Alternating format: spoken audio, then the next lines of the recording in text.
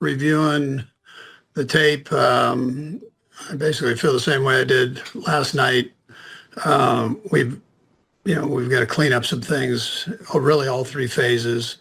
There were some good things from our young guys, but not enough. And we'll go back to the drawing board here and work on that. For information, Patrick is going to go to Dallas for a second opinion with Dr. Cooper, and we'll just see. We'll give you updates as we go from there. And then, as far as the other injuries go, I really don't have anything to offer you right now. We'll talk about that later. That time's yours. And said I'll have a second if I can. Go ahead. Just in generally speaking, this is the first time Patrick is going to have to go through a long rehab. Just knowing what you know about him, how do you feel like he would attack that challenge? Yeah, I think just what you said. He'll attack it, and he just like he does everything else. There've been pretty good quarterbacks that have had the same injuries, and they've done pretty well after they came back. So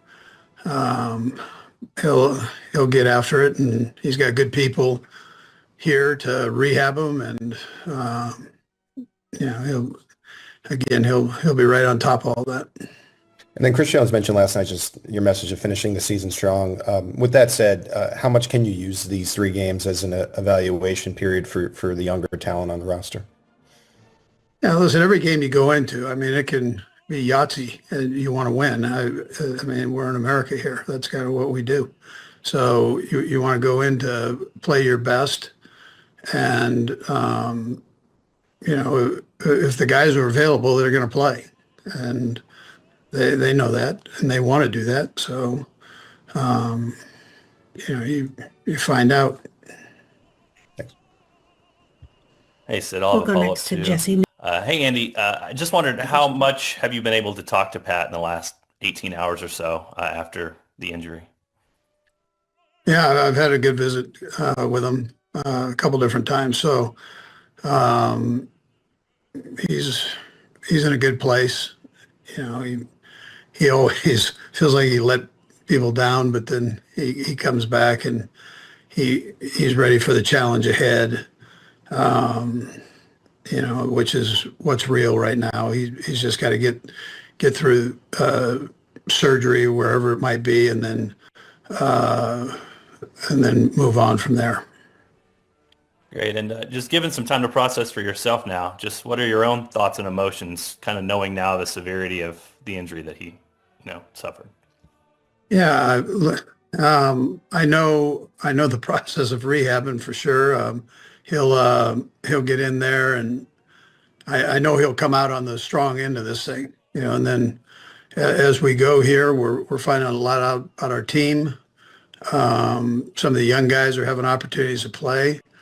We're going to finish the season strong and with effort, and then then you get into the off season. But there's I'm always optimistic about going forward, and Brett Veach does a heck of a job with bringing players in, as you can see now by the guys that are in there playing. So, and then it's our responsibility to clean things up on the coaching side of it, and the players to take responsibility on their end and finish these 3 games, and then whoever's still here after to retool it. Sydney, I'll have a couple as well. Coach, first of all, just kind of, you said if guys are ready, they'll play. You also just said there, some young guys have had a chance. I'm just curious, what would be the reason to not, since you're not going to be playing in the postseason, to not go ahead and, what's the thinking of not playing younger players that are definitely under contract and that maybe could get some valuable experience? Most of them are already playing.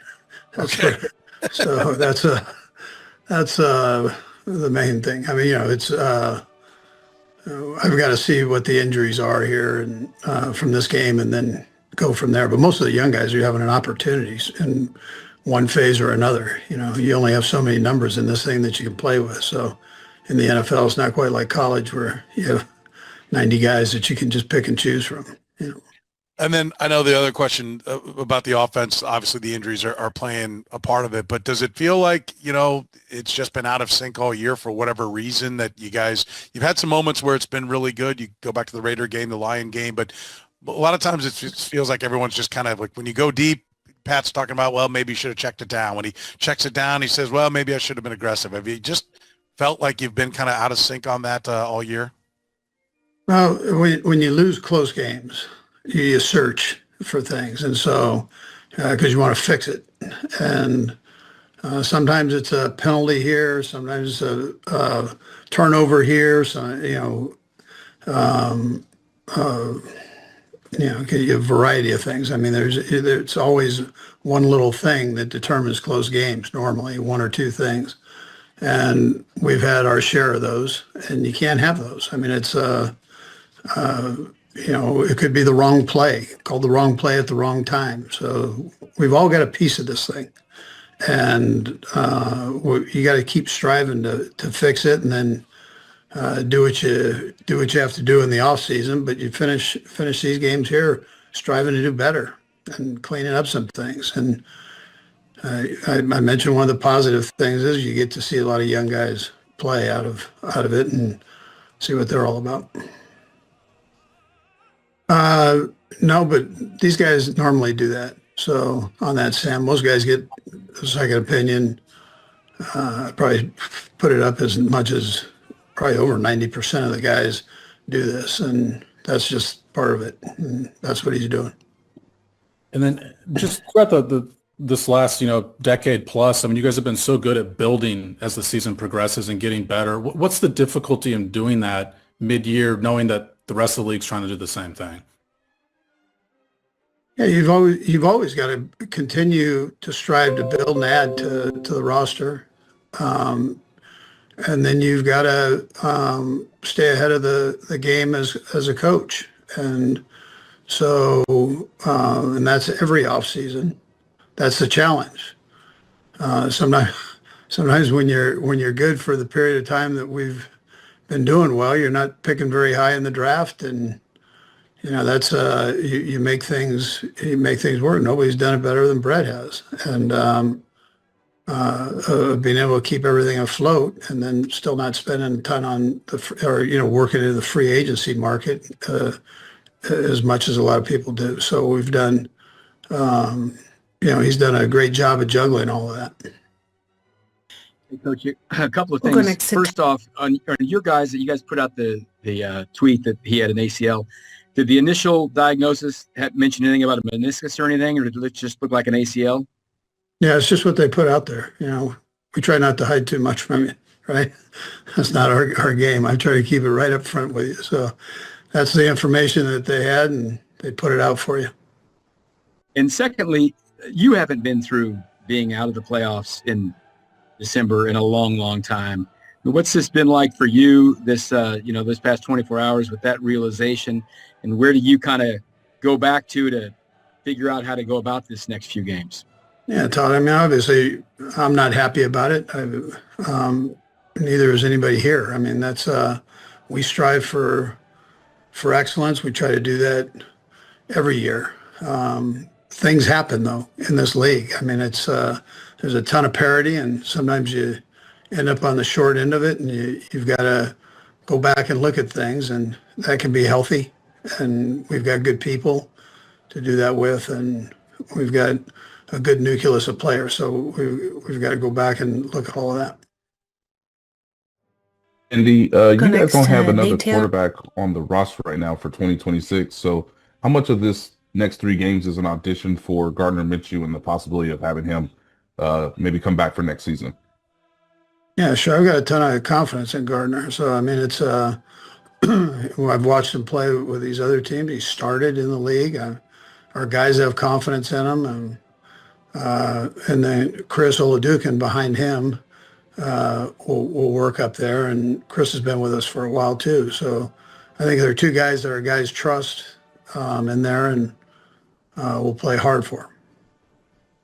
First, I want to clarify, you're talking about Dan Cooper, the Cowboys physician down in Dallas, is who he's going to go see, yeah? Yes, Dan Cooper. Okay.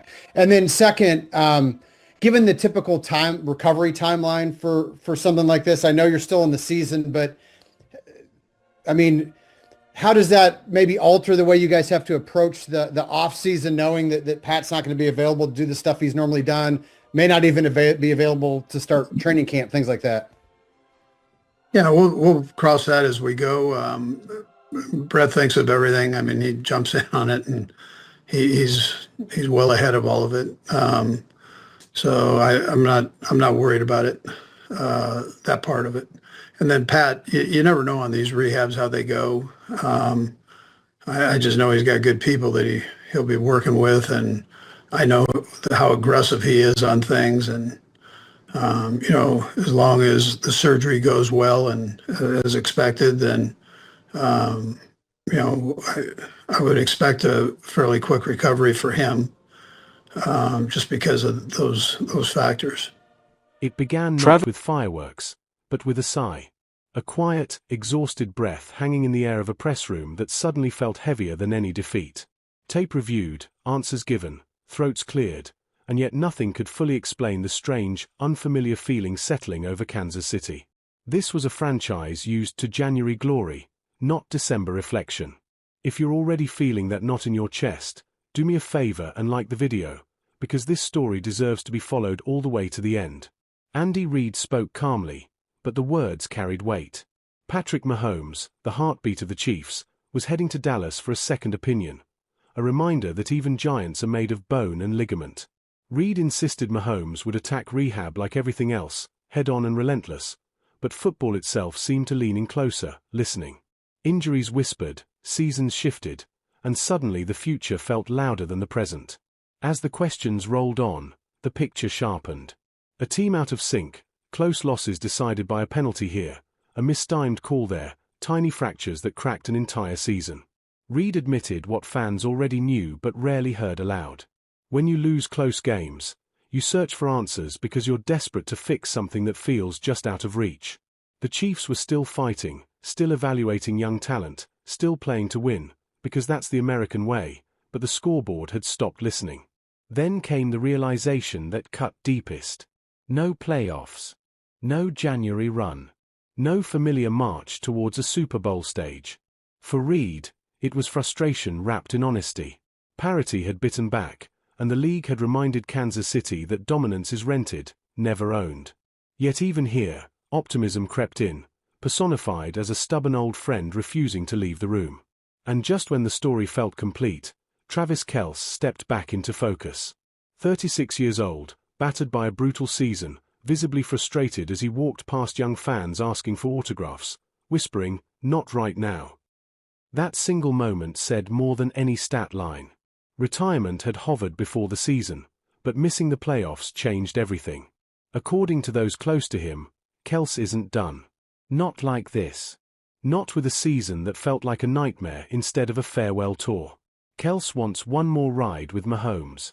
One final push to end things on his own terms. Next June, he'll marry Taylor Swift, but before vows and spotlights, there's unfinished business under stadium lights.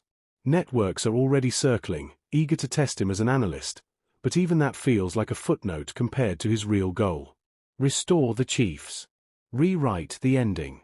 If you're still with me, subscribe now, because this next chapter could be special. So here we are, standing at the crossroads of disappointment and determination. A wounded quarterback plotting his return. A veteran tight end refusing to fade quietly. A coach promising effort, evaluation, and accountability. The season may be ending without confetti, but the story isn't over. Sometimes, the most powerful comebacks begin when the crowd thinks the curtain has already fallen.